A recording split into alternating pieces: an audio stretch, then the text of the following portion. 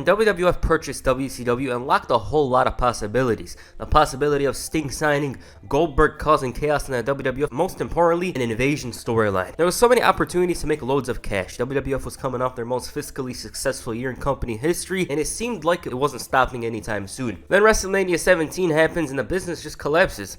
There's huge potential with an invasion storyline, but it lacked the big stars everyone thinks of when hearing WCW. Other than Booker T and DDP, half of the guys wrestling on their side were WWF wrestlers. It happens and it's a disappointment. Personally, I look back a bit positively on it because of the matches, but other than that, not much. Around the end of 2001, a bunch of wrestlers' contract with Time Warner were expiring, and the chances of somebody like Goldberg signing increased tenfold. For somebody like Eric Bischoff, same chances as earlier. Bischoff's success with WCW in this modern era is absolutely unmatched. He took over Monday nights. At one point, Nitro was the show to watch. Nobody since then could say, I made the WWE number 2. My promotion is number 1. Sure, it lasted for 2 years, but it has to mean something. It seemed unlikely that both parties would collaborate following the purchase of WCW for obvious reasons. They were throwing shots at each other, competing on primetime television for the right to be number 1. Well, this business is weird. You can't really tell what's on somebody's mind. Eric Bischoff in July 2001 received a phone call from Jim Ross, who explained that they wanted him to appear on Raw. Bischoff felt that JR's attitude on the phone wasn't really of somebody that was interested in signing him, and at this point neither side budged. Bischoff wasn't desperate to receive information about this appearance. JR didn't want to discuss the plans, and they didn't even talk about the contract. Fast forward a year later, something changed. Then about a year later, Vince called himself. I knew within 45 seconds of saying hello that I was going to work for him.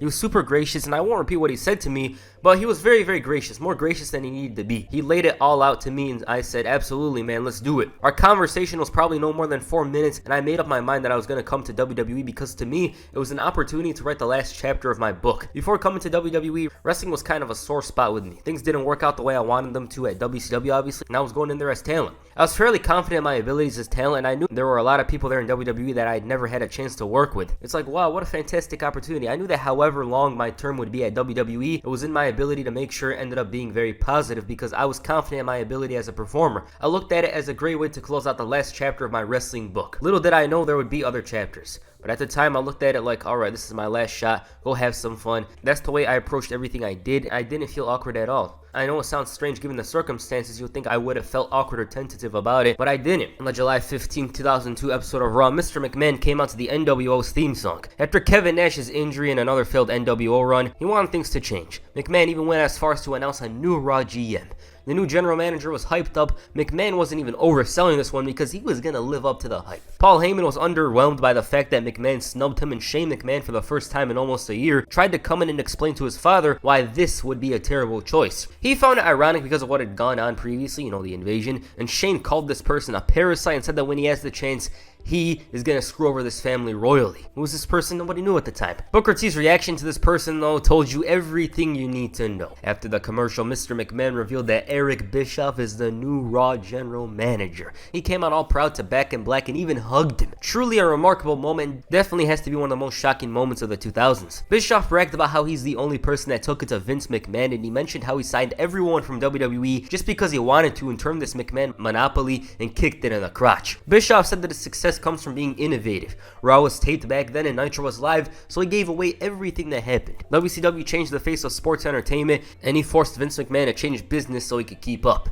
He wasn't surprised to receive a phone call because he has the potential to change this business. His first intention at this point was to sign Triple H, and he said that if he had signed him back then, Vince McMahon would be working for him. He said that WWE needs him, the fans deserve him, and he's here to put the E in the WWE. You know the saying, never say never. McMahon saw money in an Eric Bischoff run, and it's still insane that it would actually happen though. Bischoff was portrayed as a clever person right from the beginning. Everyone already knew that about him, but they reminded you of that during the show. Why? Because before the show even finished, he was poaching The Rock from SmackDown. He even visited on Thursday nights to check out the competition, and he met up with the Grey One. He gave him his reasons why he should join Raw. The Rock promised that he'll be there on Monday, but Bischoff got ahead of himself. Rock said he was going to Raw because he's winning the Undisputed Championship. He said that he could do whatever he wants, go on The Sopranos or Frasier and kick his nuts, whatever. And of course, the jokes ended when Rock mentioned how he played a part in putting WCW out of business. Now, Bischoff, on the other hand, had a huge advantage in the signing of Triple H. Stephanie had issues with the game. That said, Triple H did sign with Raw, but this had more to do with Shawn Michaels rather than Eric Bischoff. He was, however, doing the most, saying HBK is going to be his manager, and said that if he features in a movie, Shawn Michaels is in a supporting role,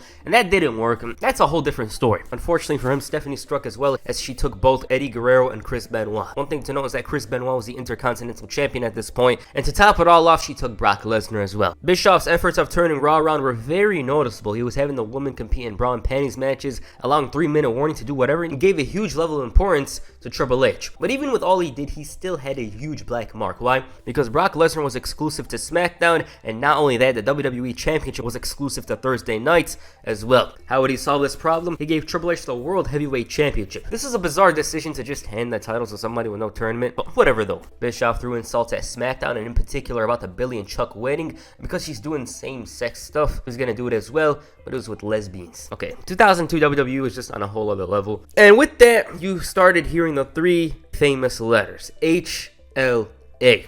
In the crowd's eyes, Eric Bischoff turned babyface. When they came out, they just called them the lesbians, and this wasn't even the craziest part. Also, if horniness was a crime, we'd never see him again. Then 3-minute warning came out and destroyed them, and this show got a 3.4 rating, which was the weakest in 4 years. But with that said, Eric Bischoff had one of the most impressive setups anyone's ever seen. First of all, Billy and Chuck admitted that they weren't gay.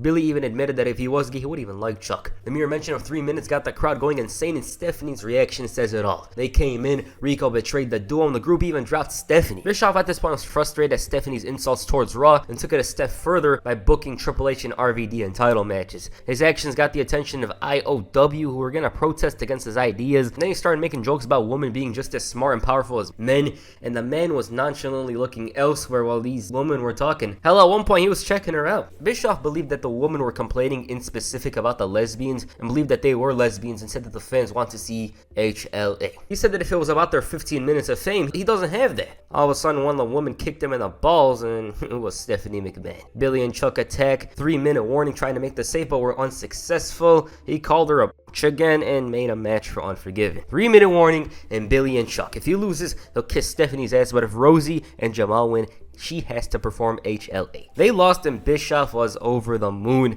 and the most over chant in WWE at the time wasn't what, it was HLA. He saved these two for Stephanie McMahon, and when he came out later that night, man had a great reception. He said that LA usually stood for Los Angeles, but tonight it stands for lesbian action. I'm shocked they didn't release a team. Bischoff thought this was too good, and because Stephanie claimed she would probably enjoy this, he brought out somebody else. At first, she was horrified, but then ended up enjoying it, and Bischoff took a shot to the face. Why? Because it was Rikishi. He got a face full of ass, and basically things didn't turn out the way he expected him to. Now, the plan for this match was initially for 3-minute warning to lose, so Stephanie could start her own club, which is so damn odd. Bischoff wasn't comfortable with the idea, and I don't know how he would have went through with it with Father in the back. Bischoff was more than fuming over these turn of events and held resentment over the Raw guys not coming to his aid. If anything, they're laughing at him, and he decided to punish a couple of them. For Bischoff, though, it wasn't all bad. If anything, October turned out to be one of his most iconic months. He debuted the Raw Roulette, which turned out to be one of the very best ideas of the 2000s, and of course the Elimination Chamber. Then he kissed Stephanie on Halloween, and it really looked like a storyline was looming, but it wasn't, and instead Bischoff was back focusing mainly on Raw. In the eyes of McMahon and storyline, Raw had been stagnant. It had been pushed to the level that he expected it to when he brought Bischoff in. So he returned on the January 13, 2003 episode of Raw to give Bischoff a job evaluation. He rehired the Dudleys, much to the offense of Bischoff, who couldn't do anything about this but take the shouting and yelling. Initially, he didn't even focus on Bischoff's job. It was because of the Dudleys and Chris Jericho, who were constantly interrupting him. McMahon wanted to do a job evaluation, and he agreed that Eric Bischoff did a good job, but explained that he didn't hire him for that reason. It was to turn Raw upside down, inside out, and he wanted him to revolutionize Raw, yet he didn't even evolve the show. He gave him 30 days to turn Raw around, and if he doesn't, he'll fire him. Bischoff felt that there's nobody else that could replace him, and McMahon showed him what's up. Now, turning Raw around to Bischoff came down to one simple thing.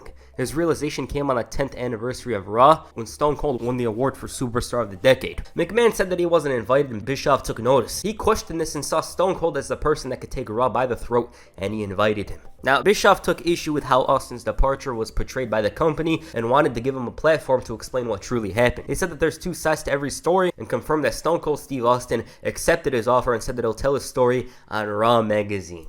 The fans booed, but Bischoff said that he hopes Austin accepts his offer to appear at No Way Out and come back home to Raw. It got to the point where Eric Bischoff went looking for Austin in Texas. The Texas Rattlesnake, though, was interested in meeting him at a bar, which didn't happen because he wasn't there, and a fan made fun of Bischoff, saying he'll get fired, so he let out his anger and left. The clock was ticking, and Bischoff's status hinged on the fact that if he signed Stone Cold Steve Austin. He knew that time was running out, but there was nothing to do. Well, maybe. He confronted JR. JR showed confidence in Austin's return, but Bischoff thought he didn't do enough in trying to bring Austin back. If anything, he's the reason Austin hasn't signed. So JR mentioned their previous relationship down in WCW and how Eric Bischoff was the same man that fired him. Bischoff took it a step further and threatened to fire JR if he didn't bring Austin back, and later that night, McMahon came out. When he asked the question, have you signed Stone Cold Steve Austin for No Way Out?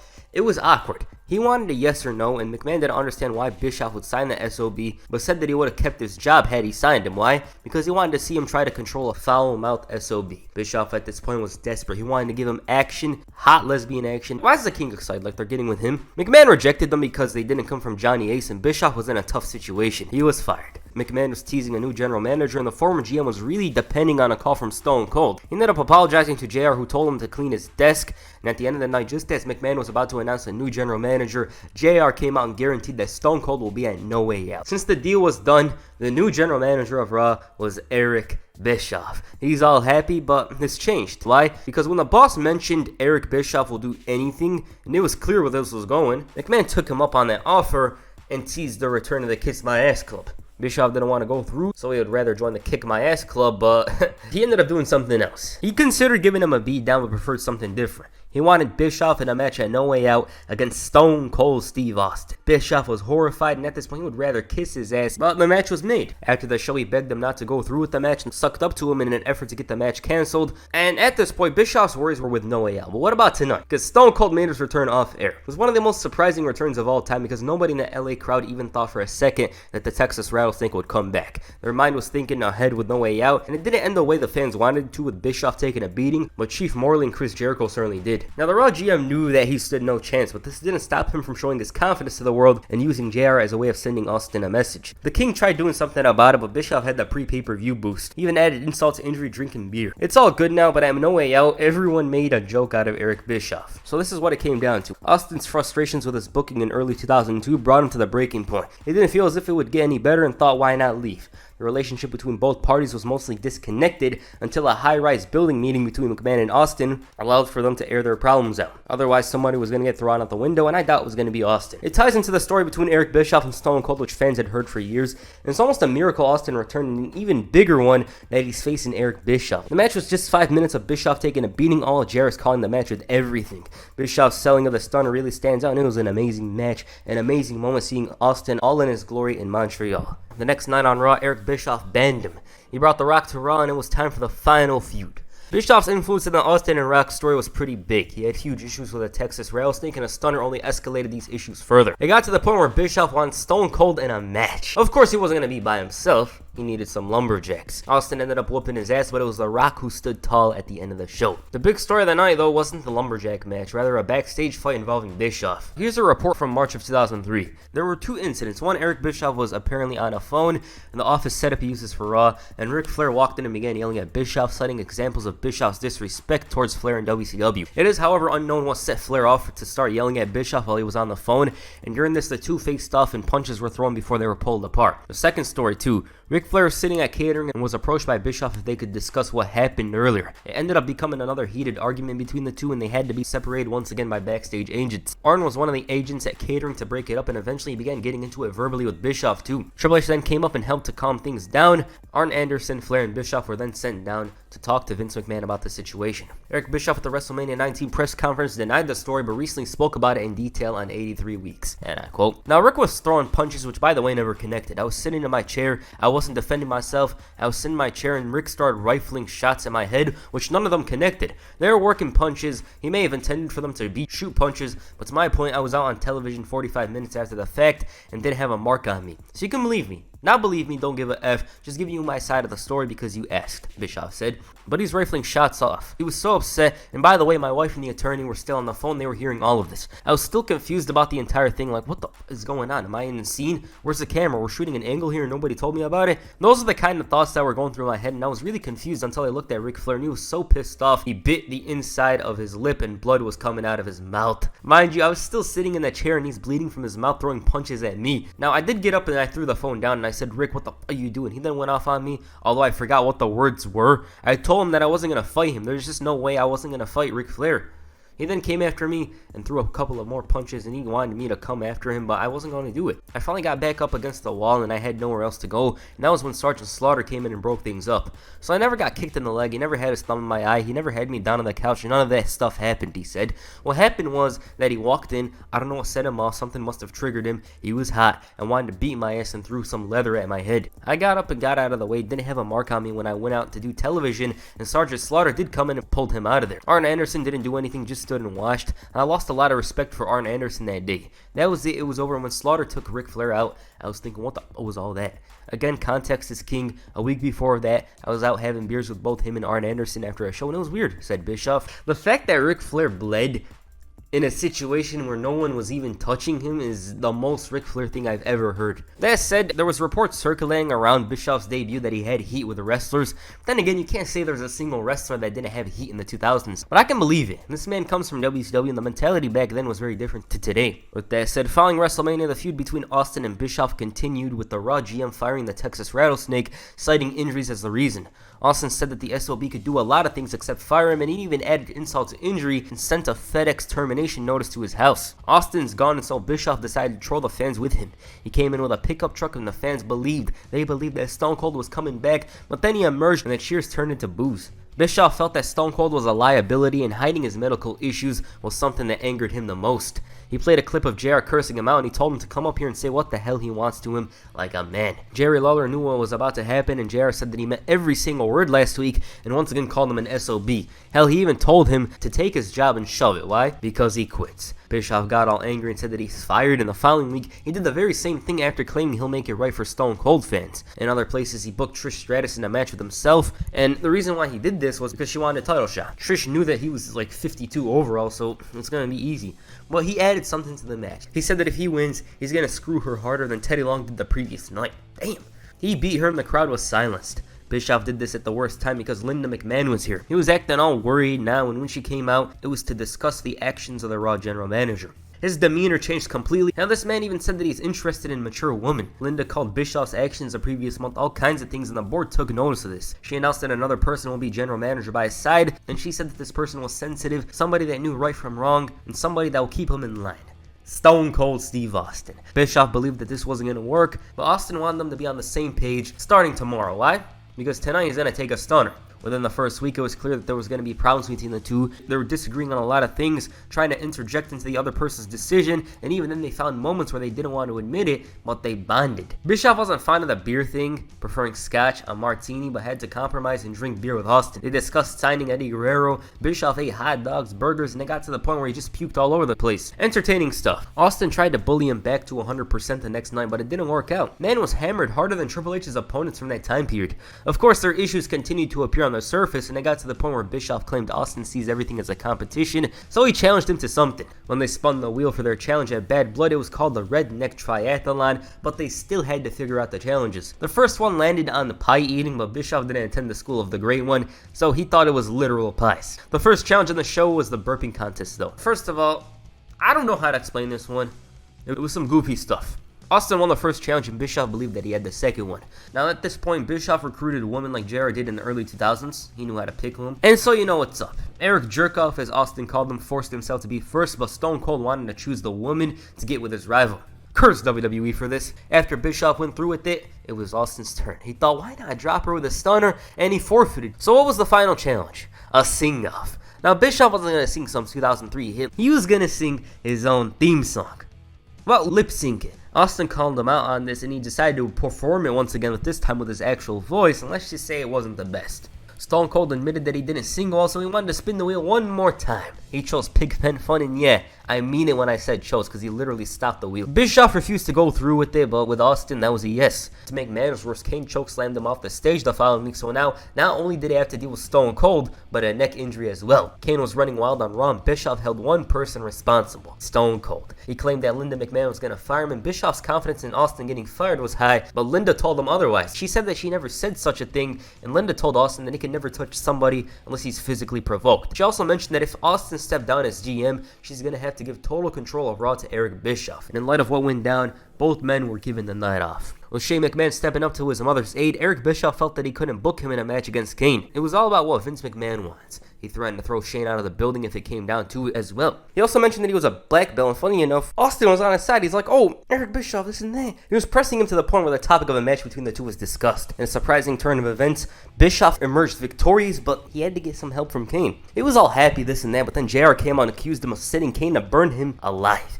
He said that he wasn't filing charges on Kane, rather he was going to sue Bischoff for an unsafe working environment. And right then, Stone Cold interrupted. He drew up a contract to work something out with JR, and Austin convinced him not to sue. That said, the deal was Eric Bischoff agrees to face somebody tonight. Why would JR do such a thing? I don't know. It's wrestling. It's weird. Bischoff didn't read the fine print, and it was confirmed that his match was against Kane. Man was devastated. Luckily for him, he was saved because Kane didn't want to do what others wanted to do to him. He's all happy, but Austin mentioned that he signed a contract which stated the winner of the Bischoff and Kane match would face Shane McMahon at SummerSlam. Now, I don't know why Eric Bischoff's storyline is involved in these kinds of things, but because he was facing Shane at SummerSlam, he took it a step further. He visited the McMahon household. Bro was simply a predator. Like, there's no way around it. He told her that he was going to beat her spoiled son and also showed resentment towards Shane buying WCW. They gave a description of what's going to happen at SummerSlam, and then to top it all off, he kissed her.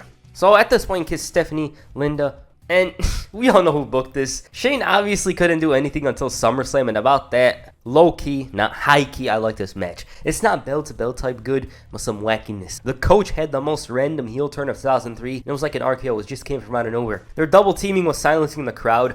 Coach was annoying on the mic, but Stone Cold finally put a stop to this. Coach was acting hard as hell here, that is until Shane shoved him, and Bischoff had the audacity to slap Austin. Since Shane likes jumping out things like Bischoff likes kissing McMahon, he went coast to coast. This was enough for the victory, and Stone Cold's actions were slowly getting to the point where half the roster was growing irritated. Also, apparently Bischoff had something going on with Gail Kim. She was getting benefits, but anyways, the heels had enough. Bischoff had enough as well and offered Austin a challenge. Survivor Series, Bischoff's team, Austin's team. If Austin wins, he gets to assault anybody, anytime. But if Bischoff wins, Austin's gone. This was more than enticing for the Texas Rattlesnake, and for Bischoff, it was easy to assemble a team. Everyone hated Stone Cold and wanted nothing more than for him to go away. Austin, though, struggled to bring Shawn Michaels to his side, and he felt that HBK was a missing piece. A few weeks later, the contract signing took place. Randy Orton, the final member of Team Bischoff, trashed Austin for his actions towards Evolution, and Eric said that just the chance of having Stone Cold go away is enough for him to sign the contract. The match was confirmed officially, and Bischoff said the Austin signing violates everything he stands for. For the first time in his life, he has to put his fate in the hands of others.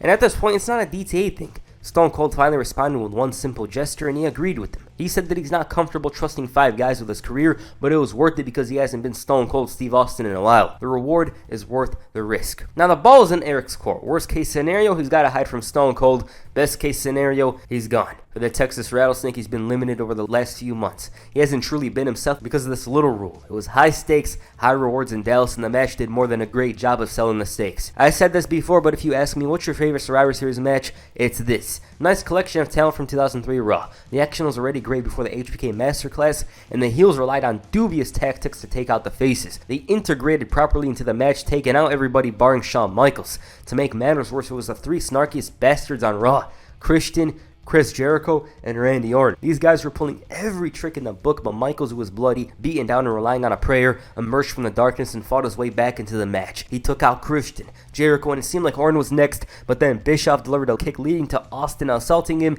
and dropping Orton with a stunner. Then Batista came out and dashed everyone's hopes of an HBK miracle, and with that, Stone Cold's illustrious career that began in Dallas back in 1989 concluded on November 16, 2003 in Dallas. HBK did what any mortal man could do, but it wasn't enough. Superb match. It really draws you in. HBK and Austin had their differences, but the man fought to the very end to save his job. Easily my favorite Survivor Series match of all time. And if Shawn Michaels did end it there with a sweet chin music, let's just say that arena needs a new roof. For Bischoff, this was the best damn thing that could possibly happen to him. He's in 100% power. He's all happy. He brings back Raw Roulette, but all this excitement quickly faded away. Why? Because Mick Foley was made an outside consultant. And this had to do with a couple of things. It had to do with Bischoff's actions, in particular the bullying of Lita. To top it all off, Mick Foley was looking to bring Stone Cold back, and Bischoff was about to faint. Foley told him that he wanted Austin on the show in some capacity, but not as GM though. He brought out a petition to the crowd, and if that wasn't bad enough, Foley made himself the Raw GM. This in itself didn't last that long because Foley walked out on Randy Orton and quit his job as co-GM. Back in power, but it was temporary. Why? Because the board were still discussing the return of Stone Cold. When they were on San Antonio, he showed up. Austin was waiting on a phone call from the board of directors in the arena. Unfortunately for him, the job offer he received was not what he expected it to. They wanted him back as co-general manager, and he told him to take the job and shove it. Later that night, Eric Bischoff screwed over San Antonio and Shawn Michaels by calling his match against Triple H a draw. HBK ended up assaulting him after he spoke bad about him and was fired. In his hometown, he was gone. JR's commentary was of course 5 stars, and from out of nowhere, Stone Cold Steve Austin came out. He confirmed that he was back, but on his terms, and rehired Shawn Michaels before giving him a rematch. He called himself the new sheriff in town and stunned Bischoff. In fear, Bischoff made a run for it the next week and made Teddy Long the GM for the night. It was also because Mark Henry wanted this as his Survivor Series favorite. Austin was doing whatever the hell he wanted at this point. He brought back Goldberg, made Triple H and HBK's match a last man standing match, and Austin was all about setting things straight, even if these things involved other general managers like Paul Heyman. The SmackDown GM at the time felt that those two played him and the rivalry is just a ploy. This is in light of Chris Benoit jumping to Raw. Austin and Bischoff's relationship wasn't as intense as previously. Obviously, Austin would get involved with his decision and do something about it, but the heat wasn't there. Stone Cold, though, pressed an issue from years ago. On the February 16, 2004 episode of Raw, Stone Cold brought out the Monday Night Wars DVD. He mentioned how Bischoff challenged McMahon to a fight, and he began going on about how if they had a fight, he'd win. McMahon was right behind him, and upon hearing this, he booked a match between them. Austin tried motivating him, but it was all for him to run his mouth about a fantasy involving Stephanie next to Vince. Stone Cold was made the special referee of this one, and about it, it was huge. It's almost a shock that they didn't have this at WrestleMania. At the same time, it made sense to do it when the Monday Night Wars DVD came out as well. This match just happened, wasn't much obviously, and Brock Lesnar ended up dropping Stone Cold with an F5.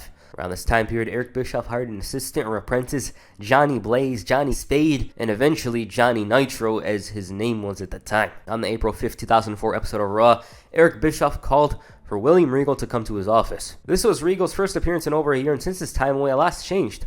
Regal's first task was something different than he had been accustomed to. Bischoff wanted him to manage his nephew, Eugene Dinsmore. Bischoff mentioned that this person was a special talent in particular and struggled to say that this was a simple job. While initially Regal was against managing Eugene, he grew on him while Bischoff at the same time was trying to find ways to get rid of him. Those efforts were unsuccessful. Eugene remained, and Bischoff was busy dealing with odd requests from wrestlers and odd things in general. Like Randy Orton at one point dropped a sledgehammer on his foot. And with Taboo Tuesday coming up, Mr. McMahon felt that Eric Bischoff should face Eugene in a match. The choices for this one were being a butler, wear a dress, or have their head shaved. Scott Colton here, yeah, he called himself that, was a bit worried about Eugene. Man should have bit him if he had a problem. But anyways, Eric Bischoff didn't want to see any of this. He told Eugene he didn't have a chance and karate kicked Ace Steel. Despite this, he brought out Carmella and claimed that she liked Eugene. Why? It was to convince him not to go through with the match. She said that she likes bald men and said that Eugene was hot. Bischoff tried to convince him to lose on purpose so Carmella can get with him, and he agreed but wanted her to kiss him now. She turned it down and began shouting he wants to see her boobs. She then trashed him, and Bischoff kind of appreciated this. He's like, oh, I kind of respect the fact that you yelled at him or something along the lines of that. He then said nobody likes Eugene straight to his face before Christy Hemme came out. That's a different story. As for Taboo Tuesday, Bischoff lost, and with the choice being a hair match, he had to go through with it. McMahon threatened to fire him if he walked away, and the haircut Eugene gave him was a haircut, I guess. Bischoff resembled his WCW self with this look and has signaled a new chapter in his GM run. The following week on Raw, Eric Bischoff, who lost his pride, said that he's been disrespected so much recently. He was sick of it and thought, screw it, the inmates are running the asylum. With Survivor Series coming up, he wanted to give the winning team in the main event the chance to run the show. He was starting to talk back against Evolution and was more fair than recently. Upon his return, Bischoff didn't show the same characteristics as he did in the past, and he was leaning towards being a babyface. Of course, he would run into issues like an RKO from Randy Orton, but he didn't have the same impact as previously. He just had a little influence on the show. He wasn't really appearing much, this and that. But the Eric Bischoff everyone knew returned on the May 9, 2005 episode of Raw. Jonathan Coachman was excited for all kinds of things. When he mentioned ECW, Bischoff went crazy and said that he refused to hear about an ECW pay-per-view and promised to call his attorney. Why? Because they were playing their commercial on Raw. The following week, Tajiri and Chris Benoit wanted to have an Extreme Rules rules match, and they do just that, but he ended the match and the fans booed. He banned ECW from Raw and threatened any fans that chant the name or hold up a sign. Hell, Bischoff even banned any Raw wrestlers from participating on the show. The Raw GM took it a step further and held an ECW funeral the following week. He said that this funeral signified that he killed ECW once and he'll do it again. Man was losing. He just hated the mere mention of ECW, while all of this caught the attention of the boss. Bischoff talking bad about ECW wasn't good for business in McMahon's eyes, as he had an interest in the company. While I was supporting ECW back then, Bischoff was clearing up their locker room. He began apologizing for playing a part in taking out ECW, and McMahon said that he'd like for One Night Stand to be a financial success. He said that he's the one that put the ECW commercials on TV, and with the fans cheering on, it doesn't seem like the brand's dead. Hell, One Night Stand could be the resurrection of the company. Once again, he mentioned WCW was dead, and this is something he used to do all the time to Eric Bischoff. He said that unlike WCW and unlike ECW, he's the one who killed WCW. Then Paul Heyman came out the request of Mr. McMahon for the first time ever. These three were in the same ring at the same time. Damn.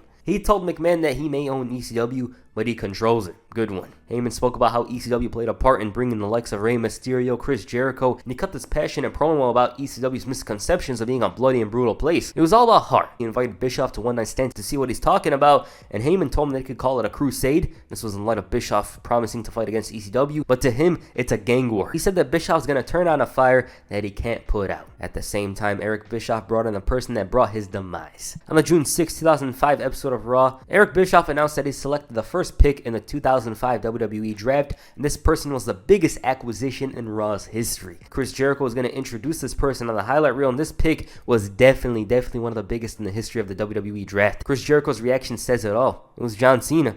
Eric Bischoff wanted to get off on the right page, but this was awkward. Cena thought Bischoff wanted to have a relationship with him and turned down the anti-ECW thing. He wanted to be a helping hand in the back for Cena, but he told him that he doesn't play politics. The champ had a clear message to Bischoff, a message of hostility, and it was the beginning of something. Later that night, the Raw GM called out Paul Heyman. Heyman came out and swore on his children that ECW didn't back down to anyone. This was a tactic of Bischoff's as he brought out the rest of the locker room. Paul reiterated his statements, they don't back down from anybody, and there they were. A brawl ensues and the crowd was going crazy, and the Raw guys weren't alone in fighting off the ECW guys. SmackDown joined in as well, and it wasn't Eric Bischoff that had the most heat on this night, it was JBL. Let me be I'm wrong. Joey Styles called him the Antichrist. Damn. Bischoff made it a mission to gloat and show off about how Raw and WWE in general was above these scams, and said that they lacked the class to attend a WWE show. It was all building up to the end of the show. After the Sandman, Dreamer, and Dudley's main event, Stone Cold Steve Austin may have returned to the place that helped him build a foundation to his Texas Rattlesnake character. All the ECW guys came out. Mikey Whipwreck, Tajiri, Super Crazy, Rey Mysterio, and Bischoff's eyes told a story of contempt and hatred. Austin provoked them enough to the point where they wanted to fight the ECW originals. They entered the ring, fans chanted Taz, and there he was. Angle had made an enemy out of him on SmackDown, and he was going to return the favor and then some. Bischoff on commentary was being trashed by both Styles and Foley, all while his guys were taking a beating. The ECW guys ended up winning the battle, and Foley grabbed Bischoff. His guys had enough and preferred to walk away instead of saving him, and the Dudleys dropped him with a 3D. Benoit went for the flying headbutt, and Rey Mysterio hit the 619, and all that was missing was a coffee throw from Eddie Guerrero. Austin then asked him for a post-match interview, and he's like, F ECW, and Austin dropped him with a stunner before the Dudleys threw him to the outside. Okay, that was superb stuff. It brought closure to the Eric Bischoff and ECW thing, as well as closure to the promotion in general, and there was a lot of energy and excitement behind the entire show, but the final moments were truly stand out. ECW One Night Stand 2005 was one of the first DVDs I had as a kid. Probably shouldn't have had it, but the final part of the show was unforgettable. Following One Night Stand, Eric Bischoff started pressing John Cena. He didn't appreciate the disrespect from Cena, who mentioned that New Jersey was calling him an asshole. He told Cena that he'll defend the title when he tells him to, and he said that he's gonna learn what's up. Cena saw this as a sign of threat and said that if he ever comes back to him with that tone, it's gonna get dirty. Chris Jericho interrupted him, and Bischoff told him to stay put instead of getting his hands dirty on a thug like John Cena. He told him that he's 2 words away from an ass whooping, and the GM booked the match. He announced at SummerSlam that John Cena is going to defend the WWE Championship against Chris Jericho. He promised not to let him down, and one of the reasons Jericho wanted the title was to restore the respect and prestige. Somebody like Cena, his attitude is unfit for a WWE champion. He said that when he wins, he's going to be the biggest star, but to Cena, it was all about that. It was all about real, recognizing real. A brawl was about to ensue, but Jericho preferred to wait until SummerSlam, and as for Bischoff, Cena realized that those two were in cahoots, so he FU'd him. What it came down to was the fact that Cena didn't appeal to Bischoff. From his clothing to the way he spoke, nothing was proper about Cena. Cena. It was extremely similar to the Stone Cold and McMahon story. Jericho failed to get the job done twice, and in the second match, he lost the "You're Fired" match. Bischoff fired him and brought in Kurt Angle immediately to attack John Cena. He was announced as the next challenger, and similar to the Jericho feud, it was all about placing obstacles in Cena's way. Cena wasn't backing down, especially compared to almost everybody else that came in the past. Benoit, HBK, they trashed Bischoff, but Cena was on a whole other level. Since John Cena got disqualified at Unforgiven, Eric Bischoff thought it was time to crown a new WWE champion. Next night on Raw, the GM came out with the other WWE championship design, and as you could see, the name on the title was Kurt Angle's. He brought out the Olympic gold medalist and said that Cena's conduct and actions last night were despicable. So he stripped John Cena of the title. Before he could announce the new champion, Mr. McMahon came out. Angle thought he was out here to congratulate him, and when the boss heard of the news, he placed the blame on Bischoff. He struggled to put it into words, and McMahon told him to shut up. He then announced that John Cena is defending the title against Eric Bischoff at Homecoming, and then to top it all off, and the problems that Eric Bischoff had, Theodore Long wanted SmackDown on Homecoming. Bischoff blocked that move like Teddy Long blocks people on Twitter, but the boss wanted it. So what was he going to do? Eric Bischoff at this point lost it. McMahon was overseeing his decisions, and he confronted him about it like never before. The boss embraced this cursing from Bischoff and said that he was the devil. He's like, oh, this and that. Bischoff then turned the lights on SmackDown and got his ass kicked in the main event. As time went on, he was more corrupt and was losing a hold of the show. SmackDown was whooping his ass, whether it be an Invasion or on Taboo Tuesday. And after Team Raw lost to SmackDown, McMahon tried to get to Bischoff and told him to wake up. He didn't and lost to Teddy Long at Survivor Series, and to top it all off, Raw lost to Team SmackDown in the main event. He was running on limited time at this point. The next night on Raw, Eric Bischoff called out for every wrestler on Raw to come out. Nobody came out, so Bischoff threatened to fire the first person he saw.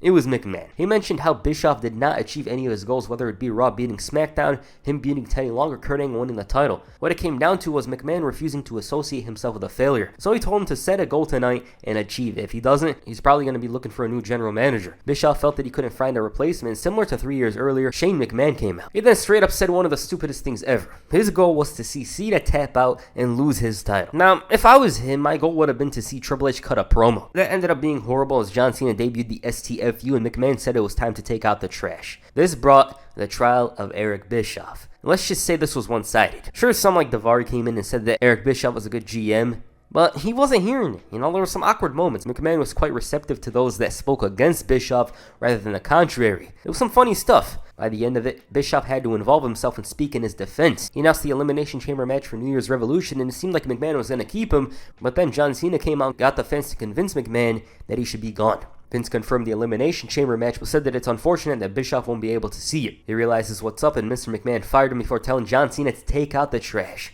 He FUs him, and McMahon takes out the trash literally. That was a great way to end Bischoff's run. Now, one thing to mention is that this was Bischoff's idea. He wouldn't have had it any other way. It was a great way to go out. The fact that he went out with disgrace and disrespect really made sense after all these years of how he was disrespecting talent, this and that, and storyline. It really made sense, and it was a memorable moment in Raw history easily. Overall, his GM run was probably the best ever.